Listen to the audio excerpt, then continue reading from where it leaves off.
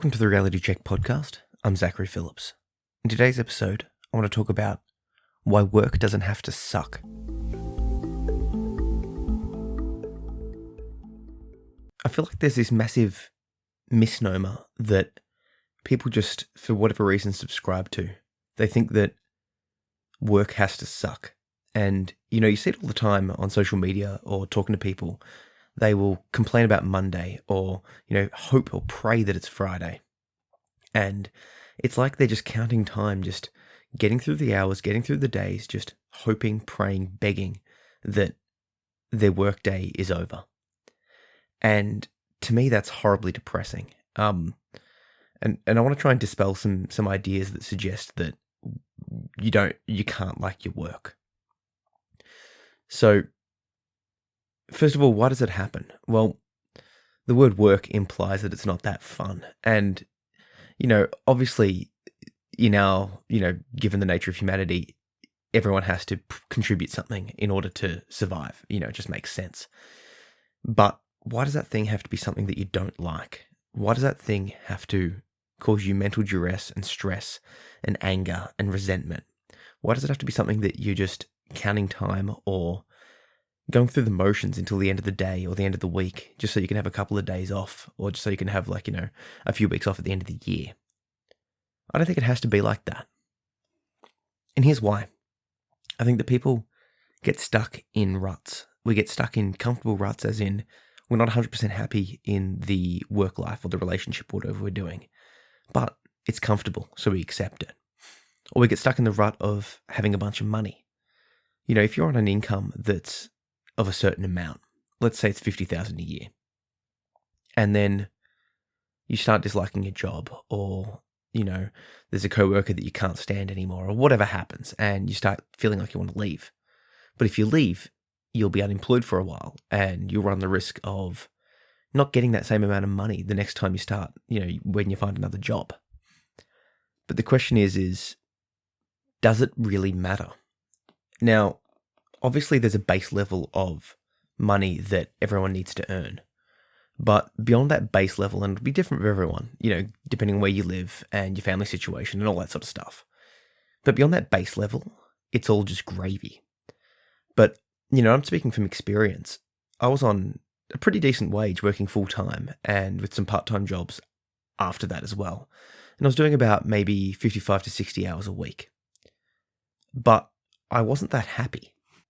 However, I'd gotten used to the lifestyle of earning that much money, and that meant that I could afford better food, I could go out more often, I could buy better clothes, and I could just live a more frivolous existence. I look around my house and I see some of the things that I purchased then, and I wish I had that money in my pocket now, because man, those items are just useless to me. But at the time, they seemed like necessities. And I guess I had the money to justify those expenses. I didn't have to question as much the desire or the need. I could just, that thing seems cool, I'll get it. And that's because, back then there was 2 incomes coming to the family, myself and my wife, and we didn't have a child. So we had, more disposable income. But the point I'm trying to make is that a lot of those things weren't necessary. However, at the time it felt necessary. And, to a more extent, this didn't happen with me, but it happens with a lot of people. They'll get a job and they'll get a raise, and, they keep earning more money, but as they do, their expenses go up. Maybe they get a new car loan or a house loan or something like that. And what happens is the expenses go up along with their income, and thus they can't afford to quit. They can't afford to change, because the repayments on the property and the car and all that sort of stuff would eat them up. Luckily, I didn't fall into that trap, but there was still a mental trap there. So when I decided to reduce my workload to the bare minimum, now I only do about 3 days a week of quote unquote work, but the rest of my time spent on writing and pursuing what I want to be doing with my life. I can work the 3 days and cover the expenses. Now, That being said, it's a poor existence. I can't afford that much, but now I've got the time to do more writing and do more content creation and all that sort of stuff. But the thing is, am I in a better place? And I would say unequivocally, yes. My mental state has significantly improved and I'm enjoying my life. I'm enjoying my life a lot more because, well, for one, I've got more time, but two, I'm living it with some meaning. And those 3 days of work, I'm still doing the same sort of work that I used to be doing. I'm a high school teacher. But because it's part-time and I found a workplace that I enjoy working, the work itself has gotten better. My point of sharing this story is to show you that it can be done. If you've got a dream that you want to pursue, you can do it. You've just got to take the leap and cop the loss. So for me, it was a significant change in quote unquote lifestyle because I couldn't afford to go out as much. I can't just frivolously spend on clothes or technology or, any of the random crap that I used to spend it on. I just don't have that money. And whilst it's restrictive, it also shows me what I actually value in life. I don't need all of those things to survive. So if you're looking around and you're contemplating pursuing your goals and pursuing your dreams, be aware that a lot of the stuff that is holding you back, a lot of that going, well, I won't be able to do this, I won't be able to do that, a lot of that won't matter. And in fact, you won't even really miss it because if you're starting to follow your dreams, that's where the gold in life comes in. That's where the joy is.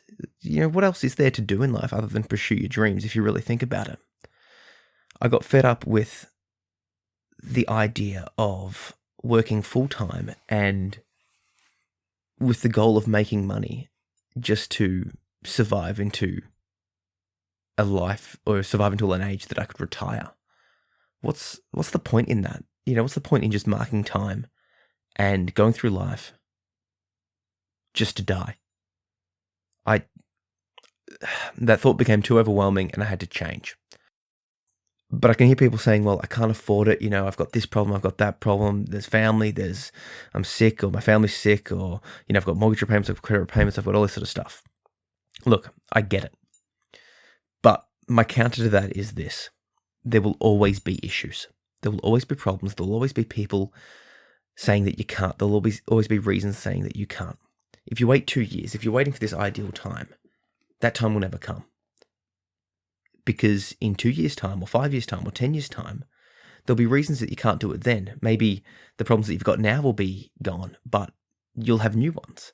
5 years ago, if you had have done this change 5 years ago, where would you be now? Would you be concerned about all the little things that you're worried about now? Or would you just be over it and just happy that you've made the change?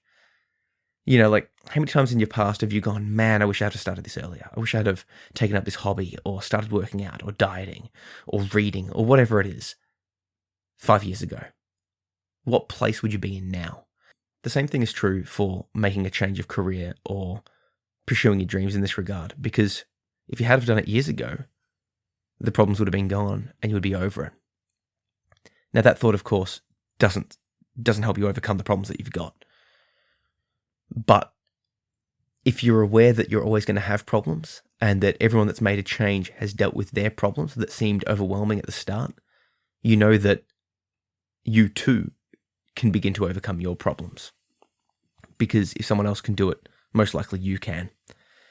And let's say you've got a specific problem, like you're struggling with debt or, let's go with debt.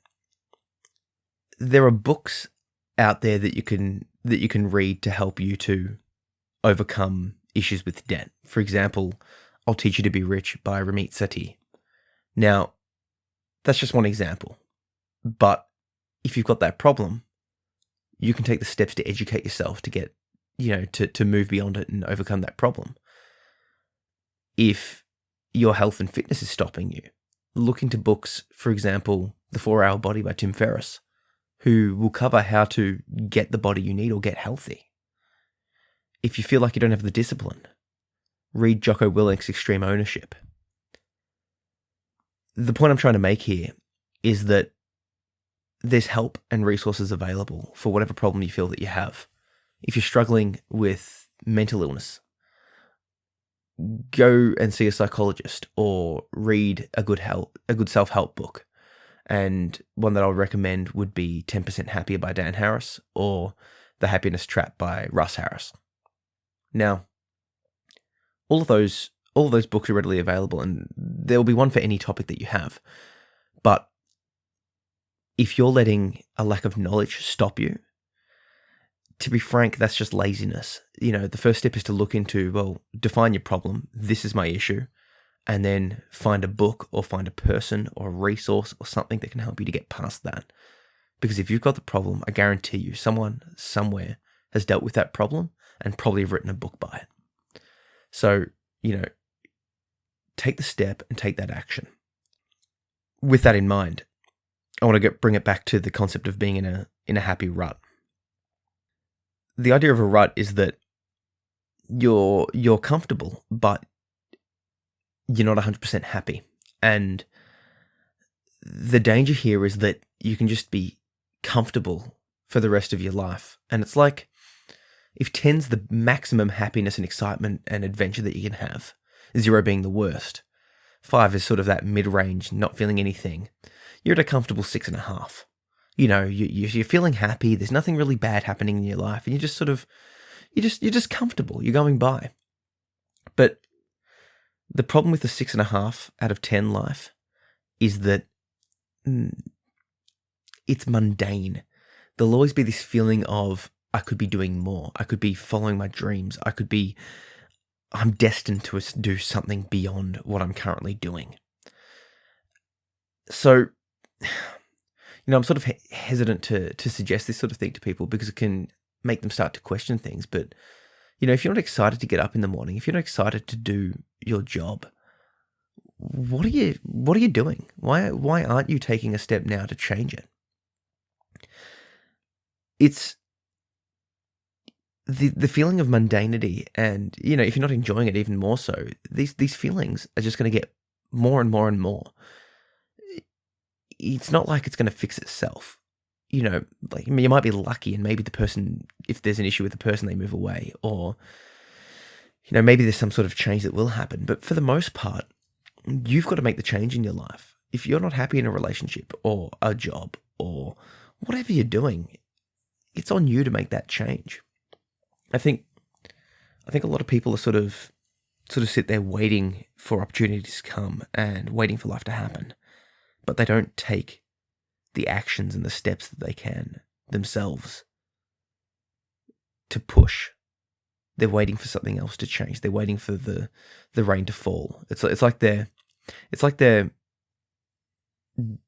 dying of thirst on a deserted island, and rather than going to the top of the mountain to look to find a river, they're looking up to God and just praying with their mouth open.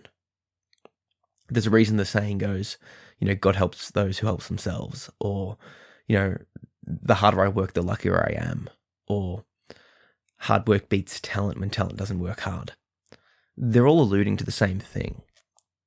You've got to put the effort in. The more work that I do, the more opportunities just seem to pop up for me. And, that's externally, in the sense of people, are saying, hey, do you want to do this? Do you want to do that? I'm like, sure. But beyond that, it's also internally. The more that I'm working hard, the more I feel like I can do more. It's like there's this momentum that's coming behind me and pushing me along. The more I just start doing stuff and getting after it. And I suppose that's something you just have to try. There's a book that I would recommend on this topic. It's called The War of Art. And this book and all the books that I've mentioned, I'll put links in the comment section so you can click through to Amazon and buy them if you like. But basically this book suggests that there's a bunch of reasons, and it's grouped into the term of resistance. According to the book, resistance can come in basically any form, and it's resistance to you not doing the thing you want to do. It'll come in the form of rationalization, as in, oh, I shouldn't do this because of these reasons. And you can rationalize yourself out of doing anything. Nobody that accomplished anything was listening to the rational voice in their mind, in the sense that, of course, you've got to, mitigate your losses and make sure you're just not acting irrationally. But is it rational? Was it rational that we tried to go to the moon? Or was it rational to try and invent the light bulb, trying, hundreds of different filaments? Was it rational that any famous person would believe in themselves enough that they could become famous and successful? Probably not. Resistance will come in the form of obligations, as in, I'm obligated to do this, I'm obligated to do that, and you'll talk yourself out of it. It'll come in form of lifestyle, as in, like I was discussing before, I can't afford to go to not have less money. I need this car, I need these clothes, I need these things. Read the book. It really highlighted, for me at least, a whole bunch of different things that were holding me back that I didn't realize. Once I was made aware of the resistance and the issues that I was having with it, I was able to see through it and sort of basically tell it to shut up. So if you're listening to this and you want to make a change, do so and start the process now. Don't just call up your boss and quit, but start the process of changing to do something that you actually like. And it could even be within the workplace. Ask to move to a different station, or to have some different roles, or to work with some different people. All I'm suggesting is that if you're not happy, take some steps to fix it.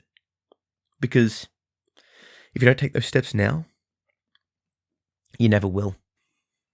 However, I guarantee you, in 5 years' time, you'll wish that you had.